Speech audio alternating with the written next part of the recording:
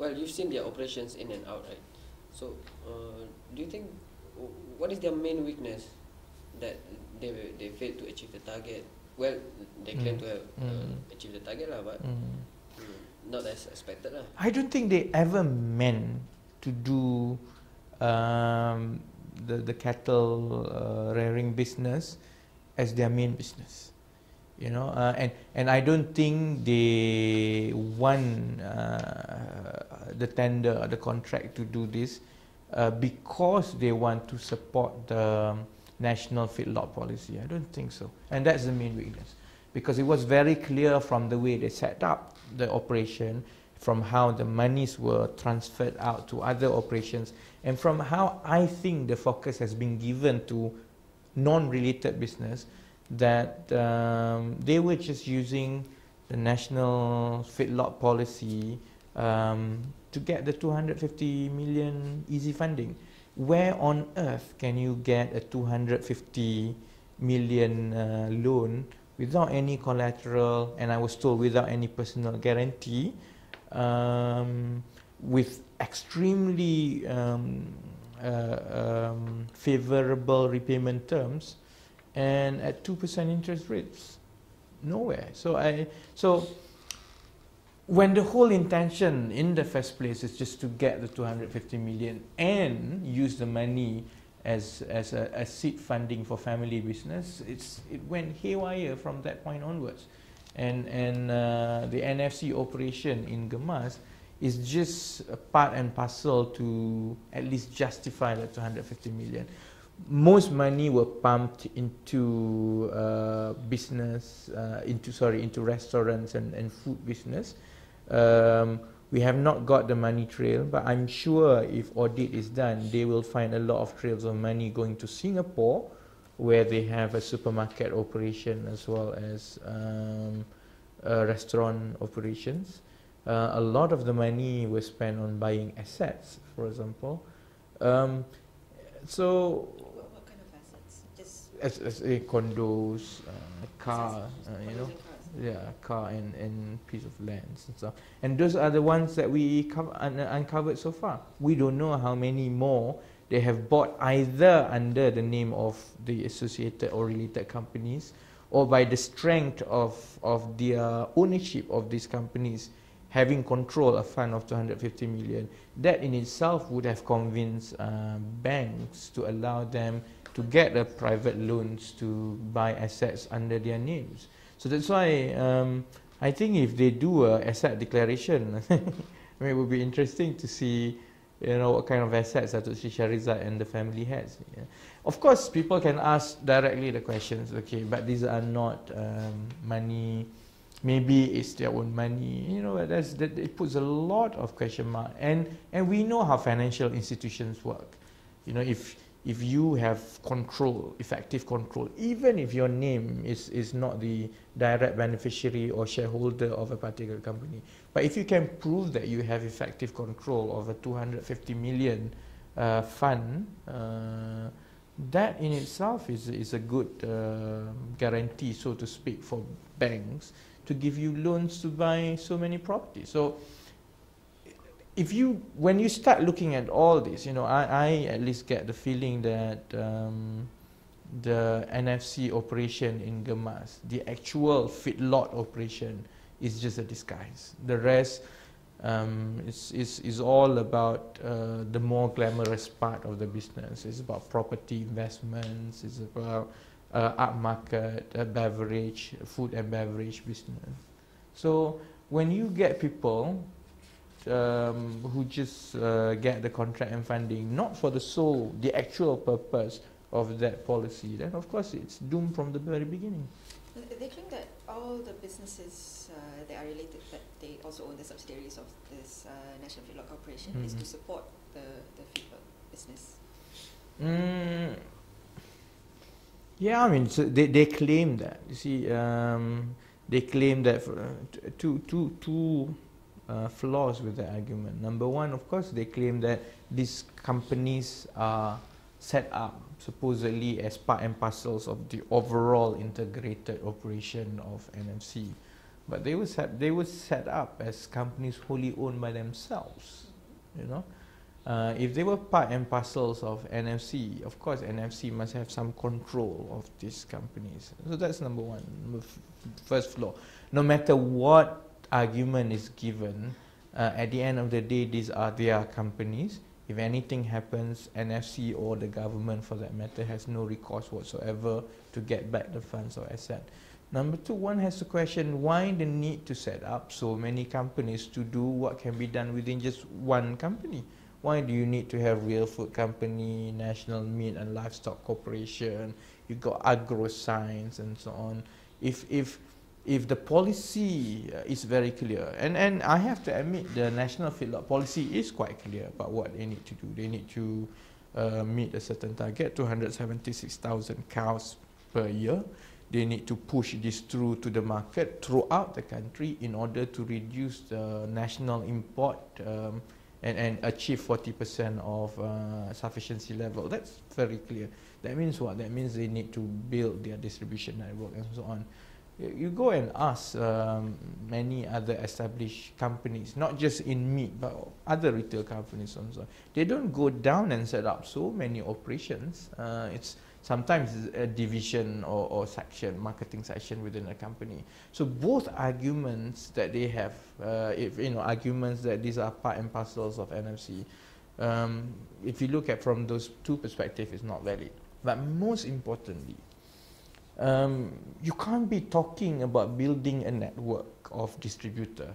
You can't be talking about marketing meat products, what they claim they do, when you don't have cows. First and foremost, you need to actually have exactly the right number of cows necessary before you start doing this. So the reduction in target, and this is something that government has to answer, how on earth did they agree to such a huge reduction of target from 276,000 cows per year to only about 3,000 cows a year? When you start having an operation with 3,000 cows per year, you know, automatically all the other questions about distribution, marketing superior beef, about you know, opening restaurants on beef product, it just doesn't make sense, because you need to have an economically viable operation first and foremost, and that's what they didn't have. So that's why, you know, in my opinion, looking, and if I were to audit the companies, these are among the first questions I ask first. And because it's a public money, first and foremost, the government should have cut and make sure that you get your national feedlot working and meeting the target first before you start talking about others. Because how difficult it is to build a distribution network, because we are importing now. It's a huge demand for local beef, especially if the price is competitive. So it's not as if this is a rocket science product that needs to be marketed. You got markets, wet markets all over Malaysia. It's not difficult. And the model that they are trying to do has been done in the 70s and early 80s through a government agency called Maju Ternak. So it's not as if they are reinventing the wheel. It's a common sense that is already there. But because the cows is not there, because the operation is very expensive, and I think they use it as a justification so that they spend more time and money on other things. They actually did say that the reason they didn't slaughter so many cows is because they don't have the abattoir, and then they blame the government for not building the abattoir for them. They have 250 million. Why did they build their own big abattoir? Why do they build their own big abattoir? And they're also blaming this. The Lambert. No. The AVT. They're the company that's supposed to build the infrastructure, including the abattoir. Before they came in. I sat down, you remember I sat down with a person who, well, he claimed he's the original, the idea came from him originally. I've gone through his files and files of paper. He was working on it for 3 or 4 years. Whether it was his idea, that was, you know, it remains to be seen. And I went through his economics, and back then, around the same time that the economics of the project was done and awarded to NFC, he thought that he only needed 25 million ringgit, and that includes a full-fledged operation, including the abattoir and so on. The same targets? The same cattle targets? For that particular operation in Gemas, yes, it's about 50,000 cattle, because the 276,000 cattle that NFC is supposed to deliver also through the 310 penternak that they were supposed to cultivate. But so on that basis, they can blame anyone under the sun. But the fact of the matter, they have 250 million. They were in full control of the money. If they were serious about meeting the target, they could have used everything within their means to make sure that all this is set up. But then, let me ask you this question. It's a question of abattoir. If they say it's a question of abattoir, you know that it's only lately, I think, that they started quite aggressively buying more cows. In between 2008 and 2011, there were only 2 batches of cows coming in. The first batch in 2008, and then the next one was sometimes in 2010. The first batch, lots of them died. Lots of them died along the way, but some of them actually survived until 2010, until the next batch came. So you have to ask that question as well, you know. How can, if you say that, if you blame everything, abattoir and so on, and feedlot operation is not like, well, you know, I'm not in the industry, but having spent some time, the whole idea of feedlot is simply because you don't want to have a long holding time, and it's not supposed to have large areas, because it's not as if macam in Australia where they just lepaskan and then you herd them around. They're already quite fat. You know, they are matured cows ready for slaughtering. They came here, they're just being fattened very quickly, and they're supposed to lepas to slaughter. If abattoir or facility is a problem, they have, you know, we have enough abattoir around the country, and there are many ways of doing it. The problem goes back to the fact that they just don't have enough cows, and the fact that in that 3 years they only brought in 2 batches of cows. One has to wonder seriousness of their operation. So I personally think it's all excuses. They have the money if they wanted to do it. If they have enough cows and the cows had to be slaughtered, they could always sell the cows to other bulk buyer who can go on and slaughter themselves. Not a problem. Orang kampung. In fact, I went there on the pretext of buying cows anyway.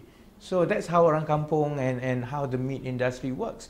People daripada say Kedah ke apa, tak cukup lembu, they go there and say, I want to buy 30 cows. They bring cows, they balik sembelih tempat dia lah. That's not a problem. So what's the big deal about abattoir? The real big deal is because they didn't have the cows. And they didn't have the cows because they were not serious about it. And you can see how the fact that there's only 2 batches that they brought in within the entire 4 years. How many thousand heads of cattle for 2 batches?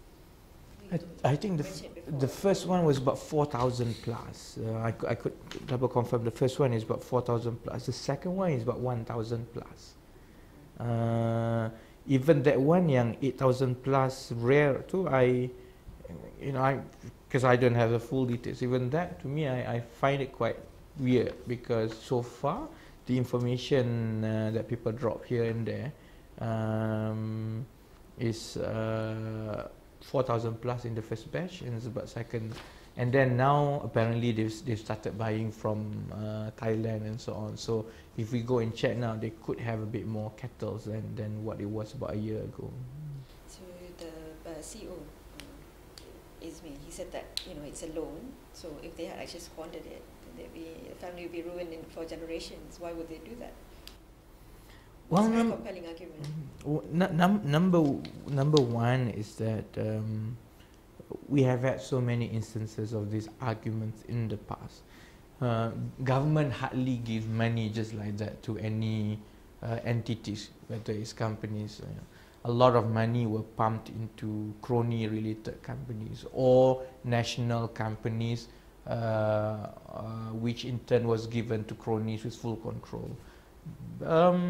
We kept on writing them off, and we kept on assuming and bailing them out with no personal accountability whatsoever to these people. All, in fact, given loans or financing from the government with more onerous terms than what is given to NFC.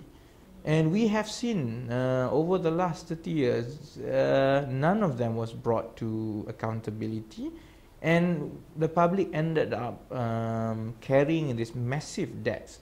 I remember National Auditors General report 2009. Yeah? The amount of the amounts of private debts that public has to carry at that time, and this refers to this type of debts where money was given supposedly on a loan to companies or to entities, and then it didn't work out, it has to be written off. It was about 84 billion.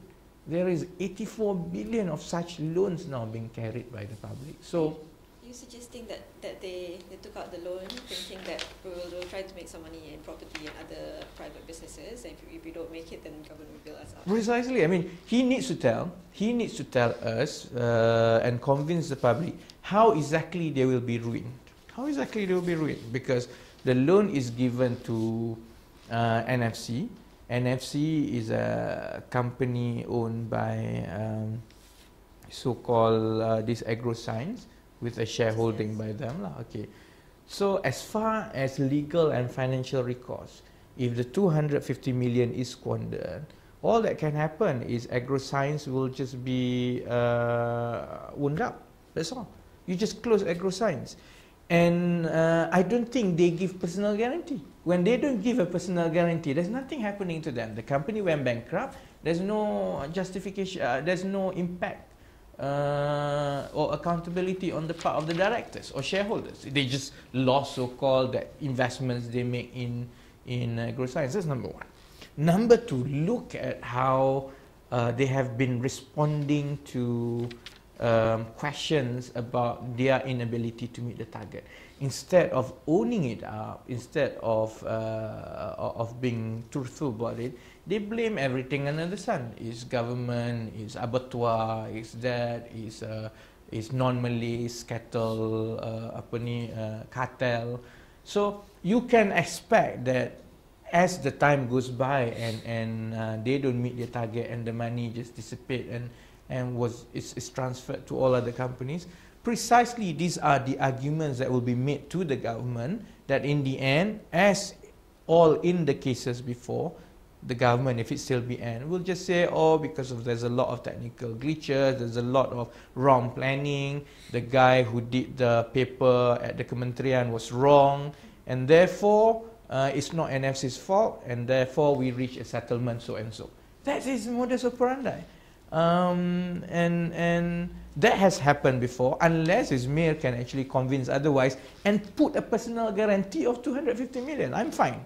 If every single one of them put a personal guarantee of 251 million, 50 million, put all the assets under their names as collateral to that 250 million, then we are talking some sense there. If it's just saying that this is a loan and therefore we're accountable without the terms holding them to the accountability, then what's new? But from the start, there's not much control from the government. Yeah, it's quite clear. I think what's scarier is actually not about all these condos and cows and so on. What's scarier is, as you say, I mean, how can 250 million was just transferred just like that, and they could go and spend and transfer money out of the country just like that, because they do 2-3 tier layer, transfer to this company and so on. Where is the control of treasury, of government? Where is the oversight role of Kementerian Pertanian, for example? Because this is their project, and it took about 4 years, because agreement was signed in 2007. They claim because of people's fault they were late by 1 year. I mean, in corporate world, I mean, You have to make sure that you deliver the targets. Whose fault it is, you have to manage it. But after 4 years, there has not been a single intervention on the part of the government. Except for the part when they stopped it for the Except for viability. business viability, yeah. Except for the part, but the money was already transferred in, and I don't see how so far we have not received details how by stopping, what do they really mean by stopping? Because NFC continues like normal. All the other companies related to NFC owned by the families run normally. So I don't know in what context the so-called business viability study would have safeguarded the interests of the public in NFC. It's as if it's just a study, but things continue running normally as business as usual in NFC. Correct me if I'm wrong. I remember watching Bulletin Utama, so they're reporting on Noor Omar's explanation why the 310 satellite farmers never happened. One of the reasons is that the satellite farmers would need to have something like RM1 million in. Precisely. So, Yeah. why would you expect Penternak Kampung to have RM1 million? Precisely. That's why I from the very beginning I said they are never interested in rearing cattle because for whatever reasons and many of it because by now we know because of misappropriation and mishandling of the whole operation, the cost per cattle is very high. We did the calculation. It's about 7,000 ringgit per cattle. So unless they sell this cattle at a loss to this penternak kecil that they want to cultivate and develop, they won't and they make a requirement that the small industry players have to buy at least 100 cattle from them. So kalau one cattle is about 7,000, which is their cost, not even profit, their cost. That's 700,000 outlay, not including capital, working capital to run the small farm and so on. Who on earth would have 1 million? And if I have 1 million, I won't end up rearing cattle. So I would do something else, obviously, you know. So this is where we question their motive and the whole business operation, because it doesn't seem as if this is part and parcels of the national feedlot policy. It doesn't seem that what they are doing operationally and financially is to support that, because if that's the case, very clearly, if that's the case, they wouldn't have bought cattle from Australia because it's very expensive. They should have bought cattle from so-called Thailand, which they are doing now, because Thailand's cattle is slightly cheaper than Australian cattle. Number two, even this whole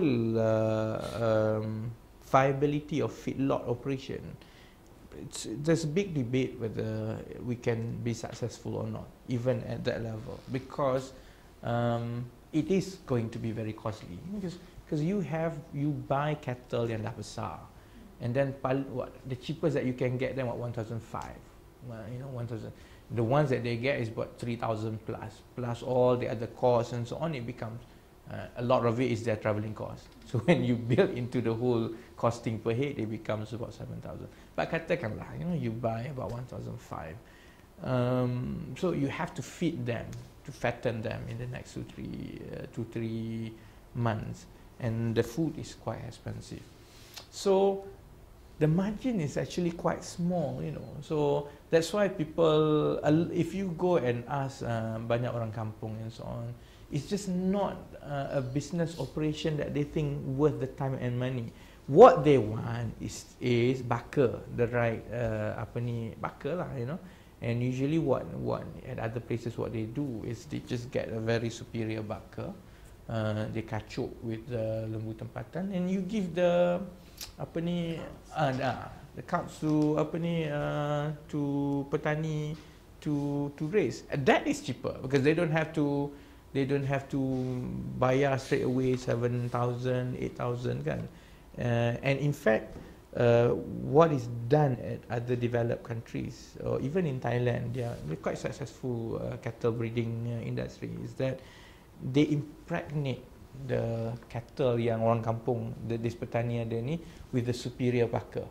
And beranak semua, everything is there. So that's only about 50 ringgit per jab.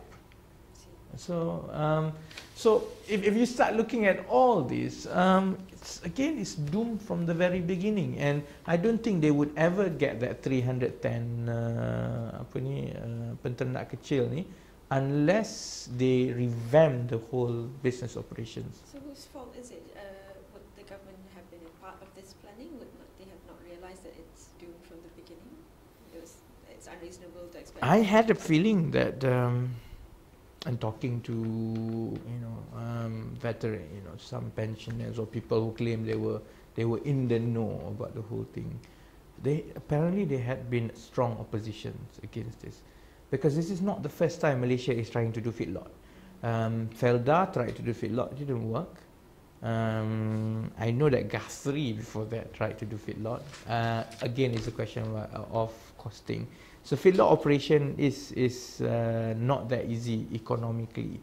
So that's why I'm not surprised when we started talking to a few ex-ministry people. Apparently there was strong opposition to the policy from the very beginning, because it has been done before and it failed. What difference can so-called Shahrizad's family can do to this operation? And a lot of it because we don't have padang rumput for grazing and so on, all these things.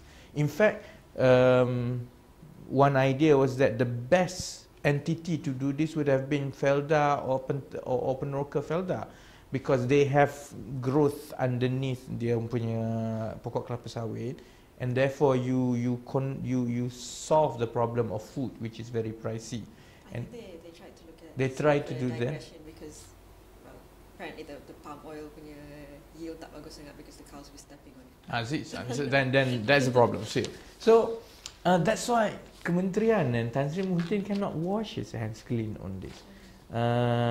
I dare say that the decision was. Sebab itu we have to question how much influence Shahrizad has in the whole decision making, because if it were to go to a proper independent scrutiny financially and in terms of operation viability, most probably it wouldn't have been approved at all.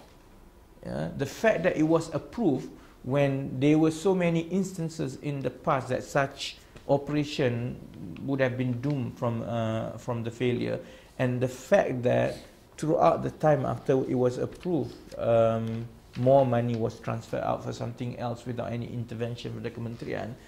Kementerian Pertanian and Tan Sri Muhyiddin cannot just wash his hands clean, because it's very obvious that if he had been objective and have some business sense, common sense, this project shouldn't have been approved. That 250 million wouldn't have been approved from the very beginning. Okay. Or do you think that she was set up to fail? I mean, the family was set up to fail. Okay, when you ask that, you mean sabotage? Oh, no, I don't think so. No, like they were handed a white elephant. No. I think they were. If you go through, and I went through a lot of internet searches just to get an understanding or a feeling about how close the family is with the whole thing. If you go through how much they were in the limelight and in the news in the first few years when they were given this project, clearly they were enjoying the limelight. You know, you would see Izmir and the other brother in Tatler magazine. In fact, the first time I came across NFC, it's not from laporan Ketua Audit Negara semua. It was in Tatler magazine sometime in 2007 or 2008. Very glamorous. Very glamorous. You know how he abandoned corporate life, although he's very qualified, national service to help the country and so on. They were basking in the glory and attention of it all. So if it's a white elephant project that they knew is a sabotage for them, I don't think they would have enjoyed, hobnobbing, and even a launch of dia orang punya lembu gemas beef pun was done, if I'm not mistaken, by Tan Sri Muhyiddin, Deputy Prime Minister. So they were enjoying it. But what that's why I tanya, when you say sabotage, what do you mean? But I think they know from the very beginning that to achieve that 276,000 cows per annum is an impossibility, and that's why I think they spend a lot more time doing other things.